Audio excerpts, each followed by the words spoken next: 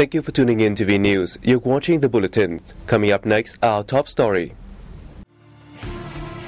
The VNA News Agency television channel celebrated the 5th anniversary of broadcasting. Vietnam and Cambodia agree to step up joint activities to further boost cooperation in religion and belief management.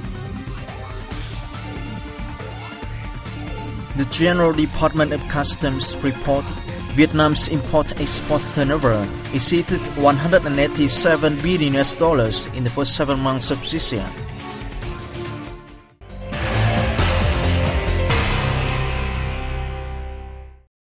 The television channel of the VNA News Agency organized a ceremony in Hanoi on August 24th to celebrate the 5th anniversary of its first broadcasting. President of the Vietnam Fatherland Front Central Committee Nguyễn Thiện Nhân and many other officials attended the event. Addressing the ceremony, the front leader requested the Vietnam News Agency as well as the television channel to continue its reform and increase the efficiency of its popularization work with the hope of creating social consensus and building a national-grade unity. The motto of transferring accurate and timely information in a humanitarian manner is quite good. More importantly, we must properly choose to convey several among millions of pieces of information in line with orientations. Meanwhile, Vietnam News Agency General Director Nguyễn Đức Lợi affirmed that the agency will spare no efforts to fulfill the tasks assigned by the party, state and government, as well as develop the Vietnam News Agency into a reliable national information center of the party and state, towards a prestigious communications group in the region. On this occasion, General Director Nguyễn Đức Lợi presented a certificate of merit to the television channel in recognition of its great contributions.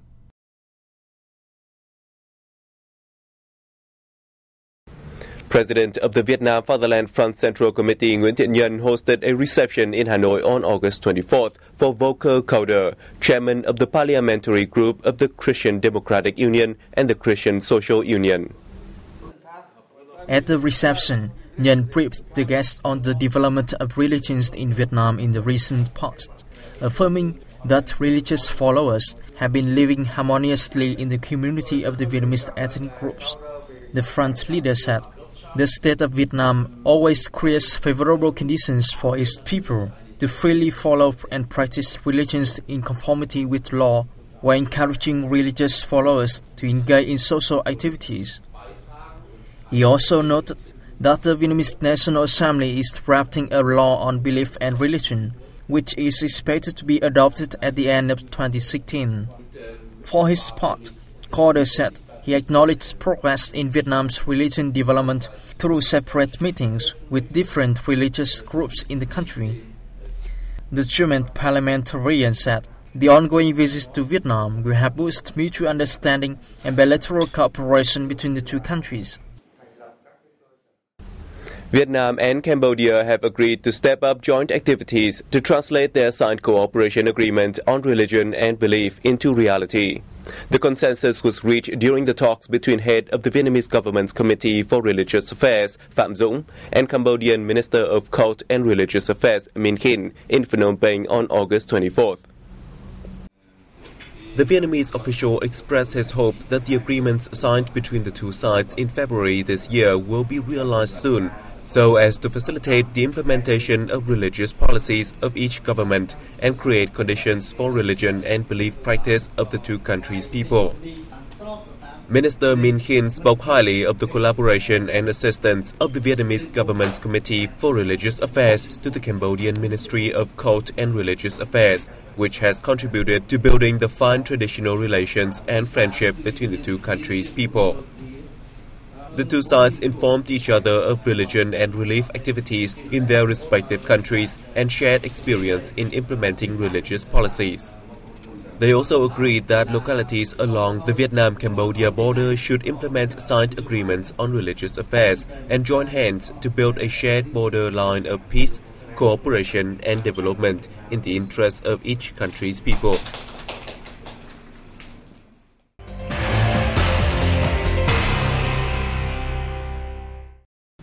Statistics from the General Department of Customs show that Vietnam's import-export turnover exceeded $187 billion in the first 7 months of this year, up 12.4% year-on-year. The figure included $91.8 billion worth of exports, representing an increase of 8.9%. In the reviewed period, the garment sector's export value reached $12.61 billion, up 10.4% over the same period last year. In July alone, the export value was $2.39 billion, 12.7% rise against the previous month. Meanwhile, wood and wooden products posted an export value of $591 million in July, bringing the 7-month value to over $3.75 billion, up 9.8% against last year's period.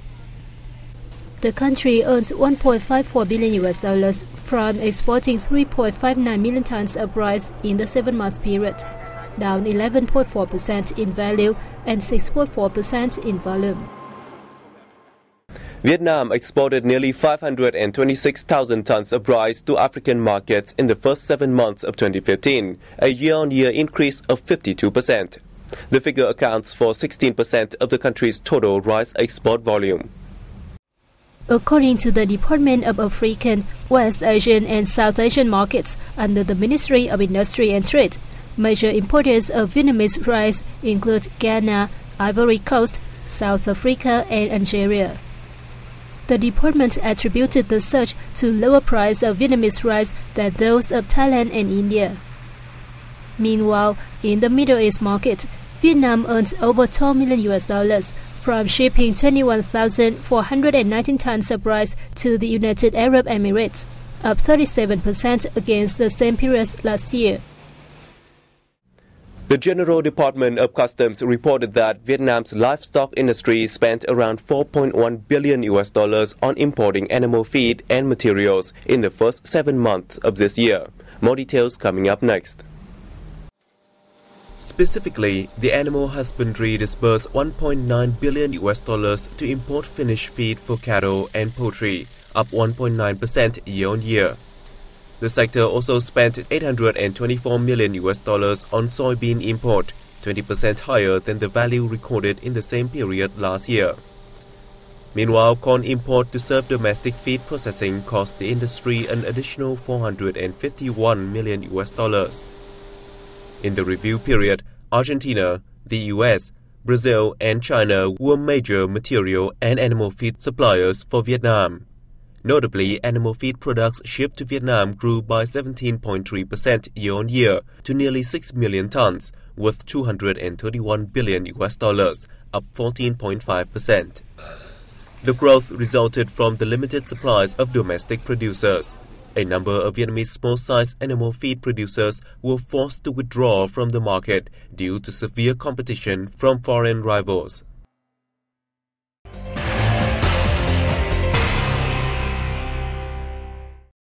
The Red River Delta province of Hưng Yên has exported its first batch of over 1 ton of longan to the U.S. This is good news for the Vietnamese agriculture. However, like the export of lychee, the first batch of longan is to explore the U.S. market, and longan growers are still worrying about the matter of consumption. Hưng Yên is a traditional longan growing region which has a total of 2,000 hectares of longan and a combined output of between 35,000 and 540,000 tons a year. Local farmers have been giving training and financial support in plant protection and food preservation to ensure the optimum quality of the food for export. Like many other longan growers, the family of Mr. Ha in Hàm Tử commune has strictly followed Vietnamese good agricultural practice standards by using only permitted biopesticides. This year's longan, his family harvested an output of 15 tons, including 5 tons for export to the U.S. Exported longan is bought at 40,000 dong per kilogram, 15,000 dong higher than the price of those sold on the domestic market. But local farmers said it is still cheap as compared with the production costs. The price is not reasonable as compared with the production cost. We are very worried. No contract has been signed, just only one business purchased 100 kilograms.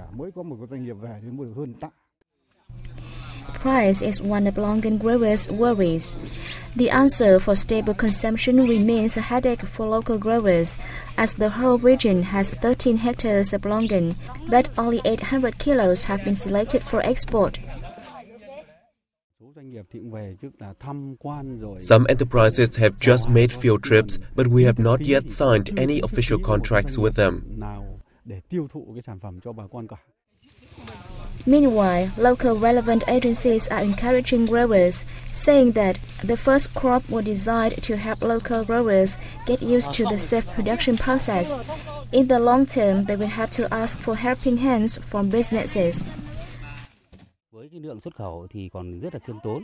The export is still modest, but we will call for more assistance from domestic and ASEAN enterprises to make sure local farmers can live on it.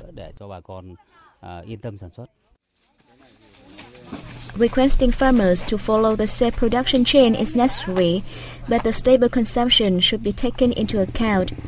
It is hard to persuade farmers optimistic about the next crops when the question of consumption is still left open. An exhibition on historical and legal evidence proving Vietnam's sovereignty over the Hoàng Sa and Trường Sa archipelagos, known in English as Paracel and Spratly, was launched in the southern province of Bà Rịa Vũng Tàu on August 24th. Co-organized by the Ministry of Information and Communications and the Provincial People's Committee, the exhibition showcases nearly 100 maps, documents, publications and objects that testify to Vietnam's sovereignty over Hoàng Sa and Trường Sa archipelagos. The exhibited materials are in classical Chinese, Vietnamese ideographic script, as well as in modern Vietnamese and French languages, issued by Vietnamese feudal states, the French government in Indochina on behalf of the then Vietnamese state, and other foreign states. Among them are official records of the Nguyen dynasty, which reflected the process of establishing, exercising, and defending Vietnam's sovereignty over the two archipelagos. The documents also include 4 atlas and 30 maps officially published by the Chinese government through historical eras, demonstrating that China did not manage the two archipelagos. Many photos and documents reflect the process Vietnam exercised and defended its sovereignty over Hoàng Sa and Trường Sa archipelagos since 1930, until China used force to occupy Hoàng Sa on January 19, 1974. The exhibition will run until August 26. A similar show will be held in the island district of Con Dao from August 25th to 29th.